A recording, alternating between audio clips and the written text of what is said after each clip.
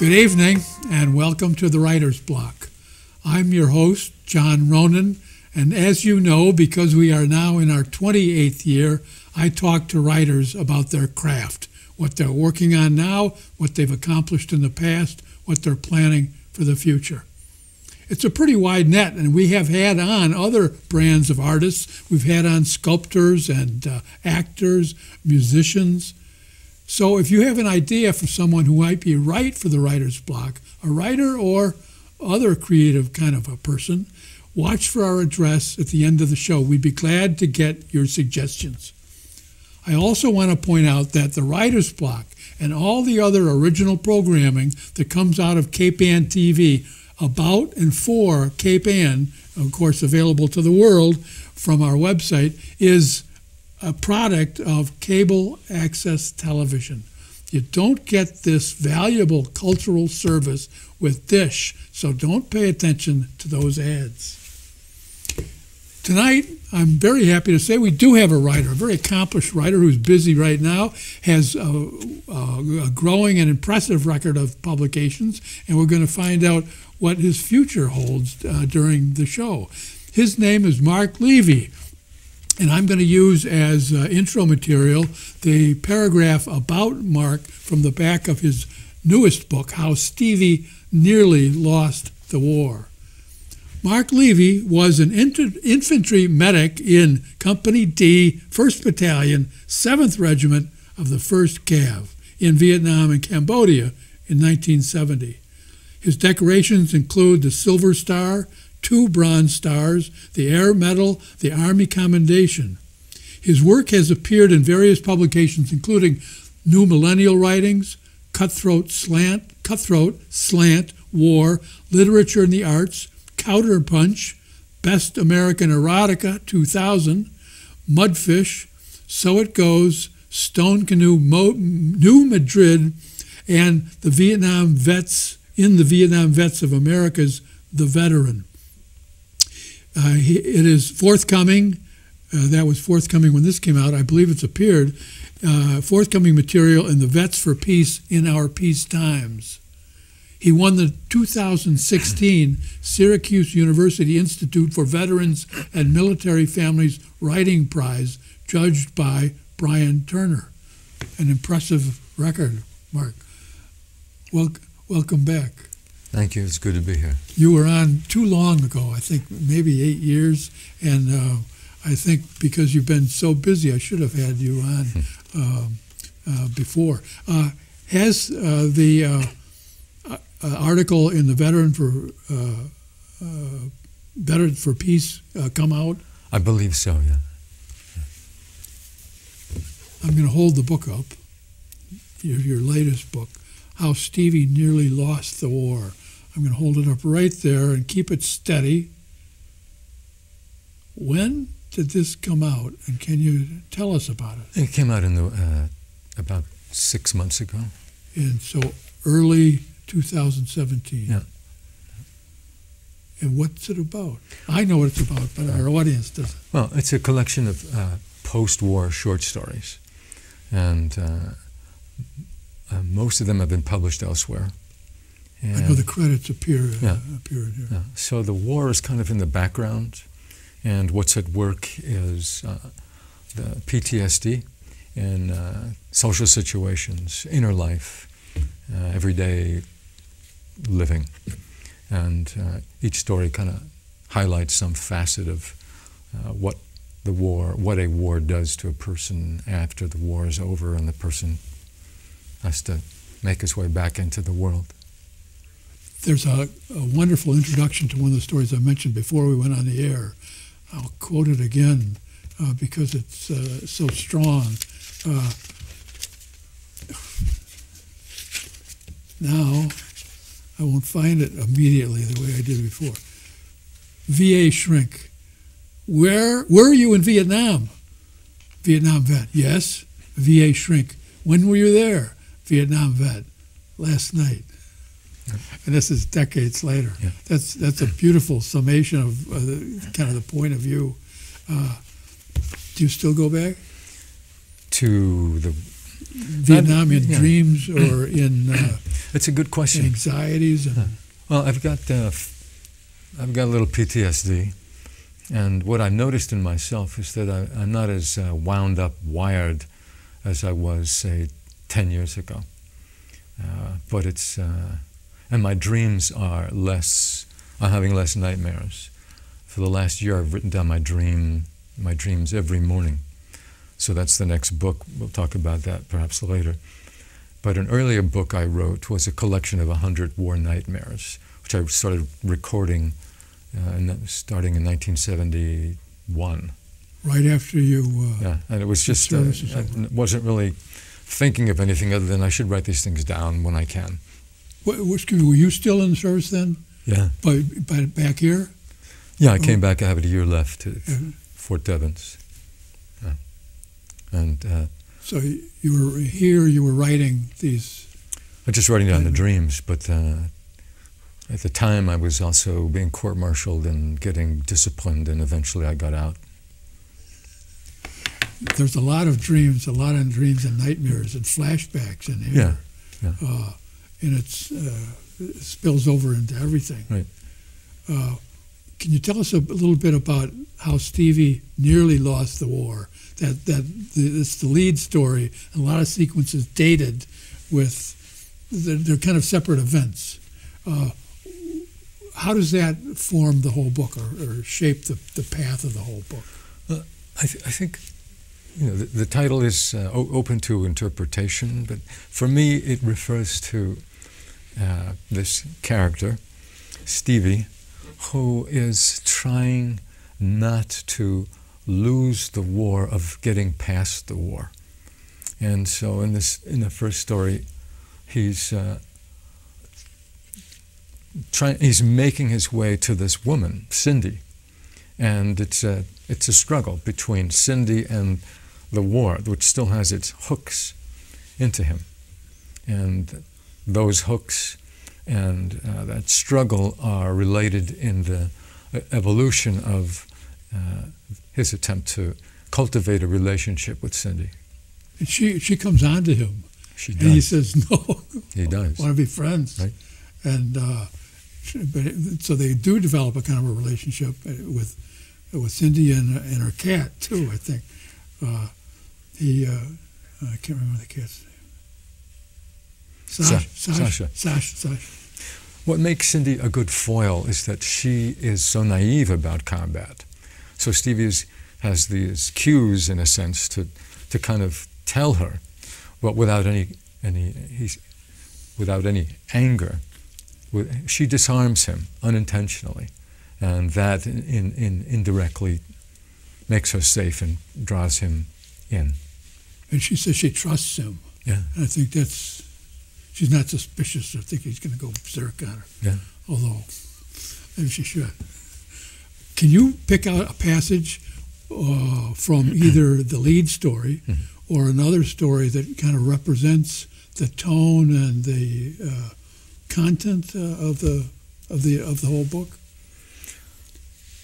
Of the whole, well, I don't know about the whole book, but we'll try. I mean, yeah. Suggestive of the tone of the whole book. I'll read a page or two from the title story. Okay, are you going to start at the beginning of the story? I am. All right, I'll follow. How Stevie nearly lost the war. The war, Stevie is told, with its white-tailed rockets and hard crack ricochets.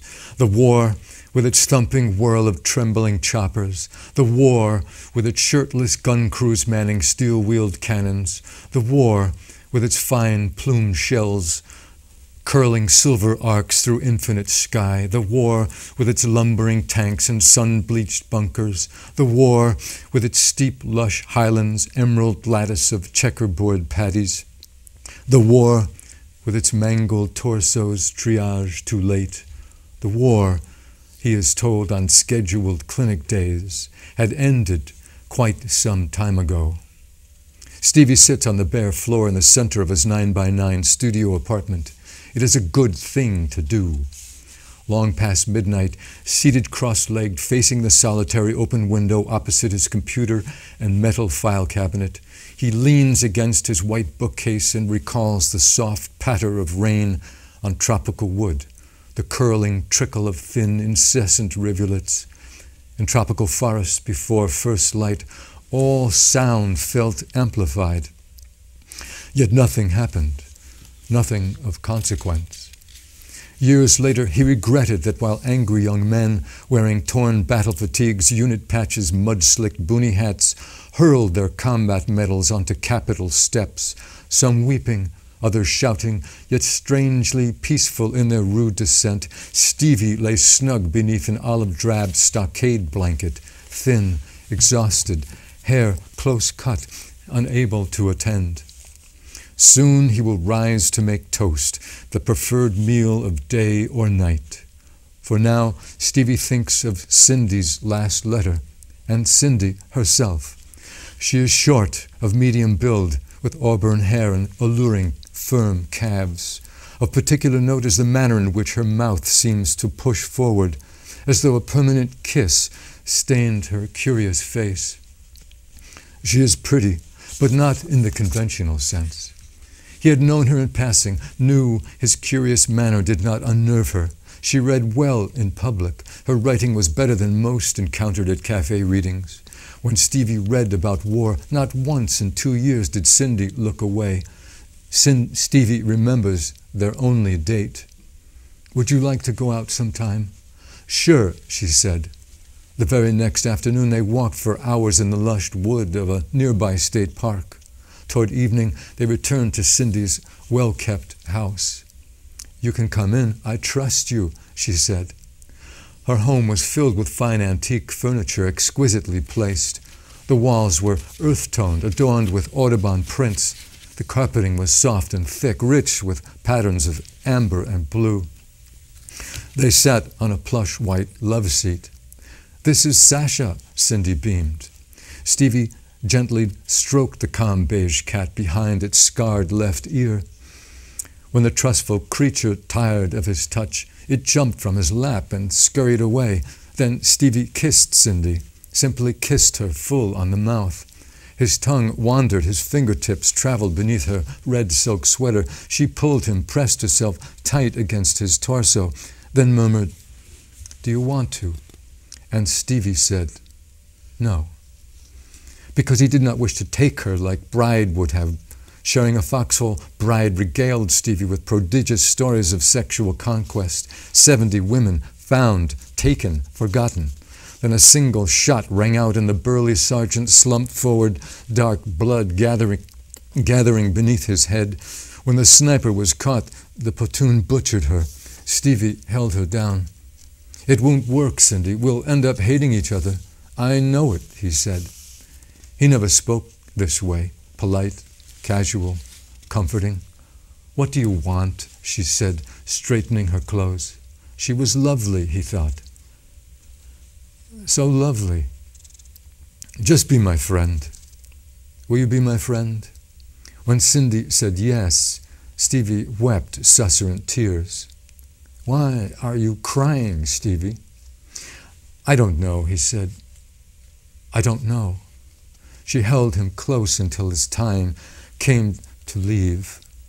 In one seamless arc, Stevie rises and seats himself at his computer, a mongrel stitched from the wreckage of other people's lives. It is late, the perfect time to write Cindy, who must be sleeping. The Memorial Day service went well, he wrote. They played the Billy Joel song with chopper blades in the background. No caffeine in your blood, that'll wake you up. Old men read poems about duty, honor, that sort of thing. The crowd loved it.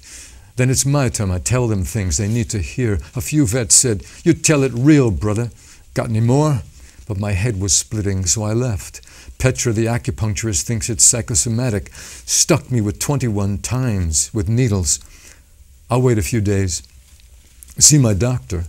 Stevie clicks send, logs off, pushes the chair back, decides to make toast. He uses his incomparable, outlandishly priced, made in Spain, NAFTA-approved, Krupp's foolproof, doofus-proof, as Sergeant Bride would say, Bride shot so impeccably, deluxe, white-toned, smooth-shelled, quite nearly noiseless, two-slice toaster.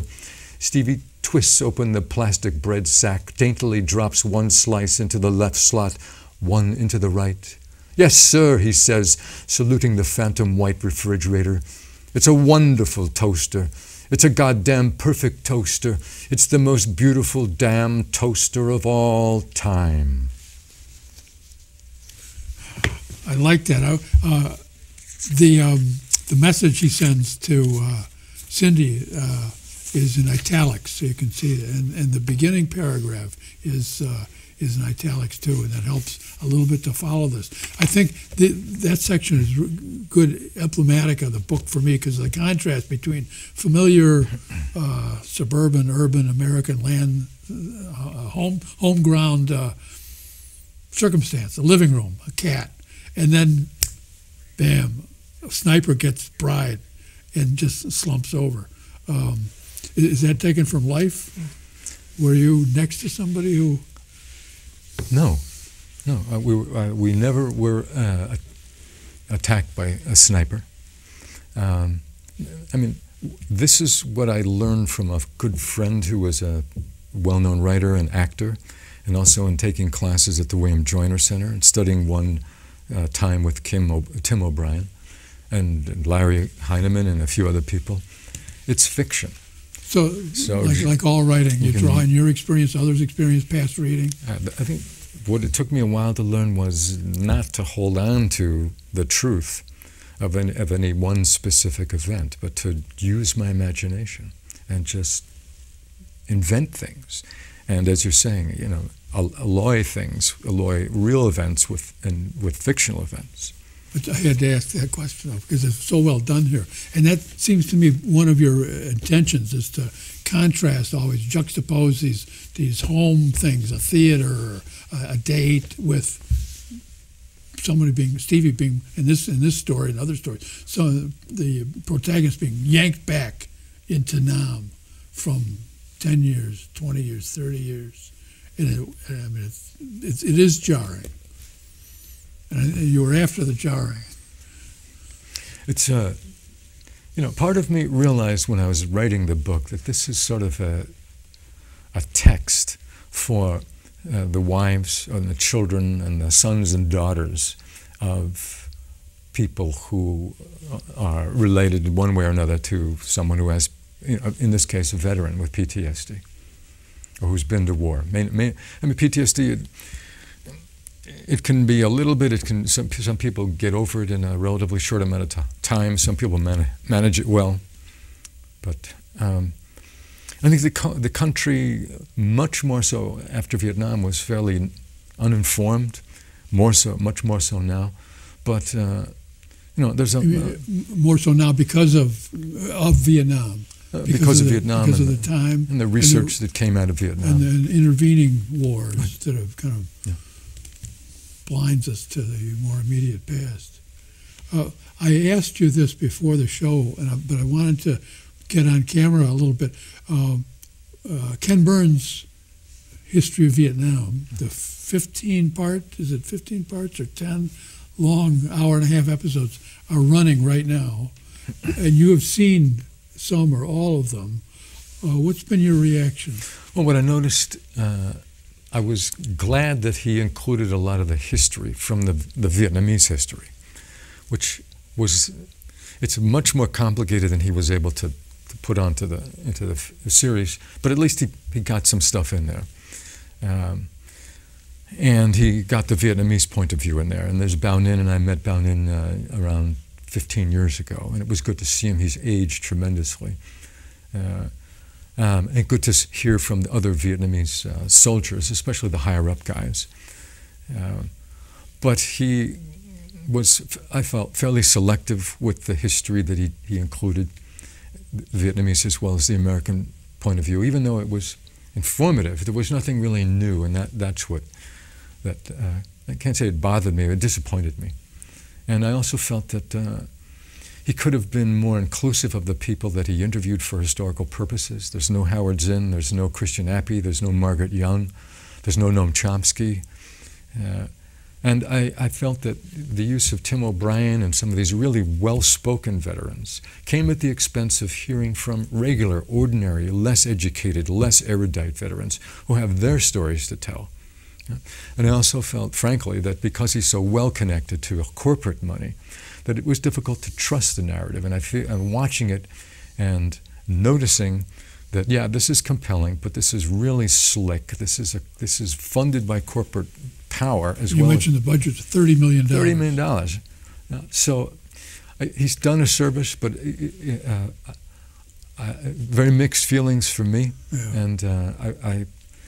And on one hand, I'm grateful. On the other hand, I wish it had been done by someone else and had been even more inclusive. That's helpful to me because I saw a couple of the episodes, and I will eventually see the others, but I'm not watching it as it comes out. I didn't feel really compelled. It was certainly adequate, better than adequate, but it's something. I think some of the items you talked about, it's slick. That's maybe the worst thing you can say about something, but it's a little too polished. I don't remember Vietnam being polished, or the whole experience. I wanted to ask you about a couple detailed writing questions. Sasha is Cindy's cat, and you just read about the cat. And there's a passage I really loved. Sasha has been brought to a vet, and the vet says the cat is sick, has a tumor. And I asked how come she wasn't crying if she was in pain. He said animals hunker down, find the dark, keep quiet when they're hurt. Otherwise, might be hunted down. That jumped out at me and said, we're not talking about cats here. We're not talking about only cats here. Well, the true story behind that passage, that's a passage from an email that Cindy wrote to Stevie. And I was seeing Cindy at the time, in real life. Oh, really? Yeah, and so she sent that to me, and it just jumped out. So this is almost... it was word for... Cindy wrote life. that. She wrote it, and I called her up and I said, can I use this? And she's a very good writer, and she's a well-established poet. And she said, sure. And I said, I'll take it. And it's word for word. I worked around it. That's her writing, and it's beautiful writing. It's really nicely done. And I saw that as you see through your whole book, the attitudes from Nam, about life and death and suffering infuse themselves through looking at the cat, or shopping, or working in a movie house, or all of that's always informing what's happening on the surface. And that really jumped out at me. The poor cat. Do you have another section of another story that you might think is a good sample for us? I do. I'll read an excerpt from a story called Bluefields. Okay.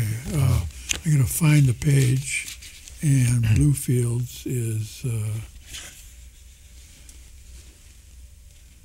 92. Are you going to start at the beginning? No, I'm going to. There's a part where it's a story about a group of activists have gone to Nicaragua, and Robert, who's the Vietnam veteran in the group, is with them. And Bluefields was a place that got hit by a hurricane in the 80s, and that's why these people went over. They had medical backgrounds and stuff, and it's a mix of a couple of women, a couple of guys, middle-aged people. And so in this part in the story, they've taken a break, and they're going swimming, because they're on the east coast of Nicaragua, where the Mosquito Indians lived. So I'm going to start. What's the first line of the paragraph? First line of the paragraph is, we are We are wearing bathing suits beneath our clothes.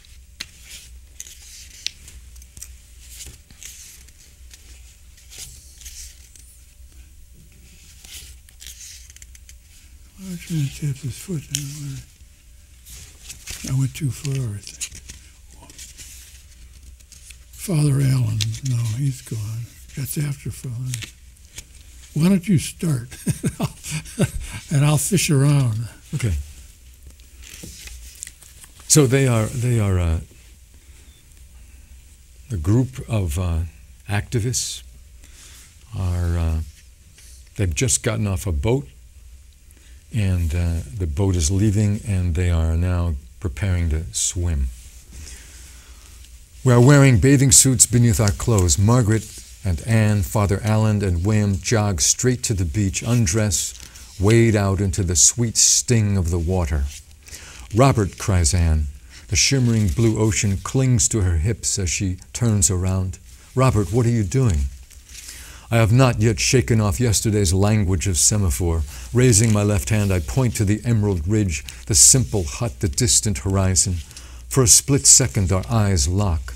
Does she see it? Then dimples appear on either side of her face. Anne raises both arms over her head, turns back, plunges dolphin-like into the sea. There is no need to knock. There is no door. 2 layers of tattered netting are tacked to the entrance frame. When no one answers, I push the netting aside. In the center of the dirt floor room, there is a 3-stone fireplace. The embers beneath a blackened kettle have gone out. On the far wall, a book-sized mirror hangs above an old wood table. There is the scent of soot and passing of time. Sunlight illuminates the floating dust that fills the air. Footsteps, a man. As I turn to face him, his husky voice says, "You are the one who came up the hill. You are here for the horses, yes?" A tall, muscular, swarthy man with bronze skin, dark eyes, shoulder-length hair. He extends his calloused right hand to me. "I am Marcelino Ramirez," he says, as if he were a bridge connecting one moment to the next, as if he can see, feel, hear many things all at the same time, as if his real work in this life is to keep himself whole. I stare at the maverick patchwork of welts and scars that spangle the right side of his neck. "From the Contras," he says, without blinking. Marcelino shapes his hand pistol-like, pulls the trigger twice. I know the phrase to express sorrow, so I say it. "Lo siento, señor, lo siento." I want to just interrupt there. That's a really nice juxtaposition there of the emblematic gun, and then in sorrow, the emotion, the soft, and the gun. Guns are a lot of guns in this. A lot of weapons. I shouldn't say guns. Right. The story is leading to a confrontation with the Contra, and the Contra were anti-Sandinista militias who fought against guerrillas who were supporting a democratically elected. Right. Yes. Yeah. I have to. I'm watching the clock here, and we're just getting into it, but I've got to begin to close down. Okay. Because this half hour goes too fast. Yeah. Perhaps leaving in the middle of that paragraph, everybody's going to buy the book and the sales will rocket. I want to hold this up again. This is how Stevie nearly lost the war. Mark Levy, available at local bookstores, Amazon, or you can write to us or see Mark's website, which I failed to mention, but it will be supered on our program. The website is medicinthegreentime.com. Mark, thank you very much for coming by. Thank you, John. It's good to see you again. Good to see you. I want to thank you in Cable Vision Land for being with us as well. If you've learned something about the Vietnam War experience, what it meant to be in combat in Vietnam and how it affects many, many thousands of veterans today, then the Writer's Block has done its job. Thanks for being with us, and I hope to see you again next week on the Writer's Block. Good night.